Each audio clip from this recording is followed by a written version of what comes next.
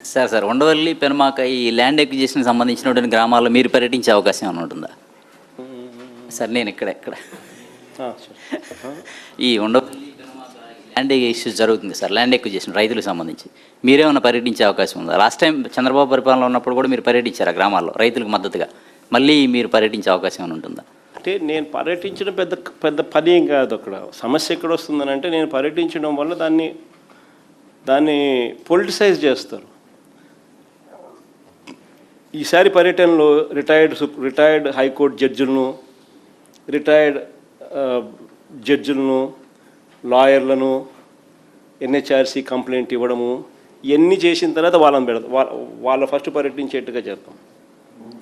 ఇంకా నేను పోయినాను అనుకో స్ట్రైట్గా ఏదో అమ్మన్నట్టుగా అంటారు చూసినామా, జగన్ అమరావతికి వ్యతిరేకంగా బట్టి అనేది ప్రొజెక్షన్ చేస్తారు తప్ప నేను వ్యతిరేకం కాదు. నేను రైతుల సింపథైజర్ని. రైతులకు అక్కడ జరుగుతూ ఉన్న అన్యాయాన్ని ఏదైతే జరుగుతూ ఉన్నాయో రైతులే చెప్తా ఉన్నారు. ఎందుకు అన్యాయం చేస్తూ ఉన్నామని చెప్పి రైతుల తరపున మనం అడుగుతూ ఉన్నాం, ప్రశ్నిస్తూ ఉన్నాం. ప్లస్ నువ్వు చేస్తూ ఉన్న స్కాములు ఏదైతే ఉన్నాయో జెన్యున్గా నువ్వు చేస్తూ ఉన్న స్కాములు ఆధారాలతో సహా చూపిస్తూ ఉన్నాం. ఆధారాలతో సహా చూపిస్తూ ఉన్న ఈ స్కాములు కాకుండా ఎలా పోతాయి?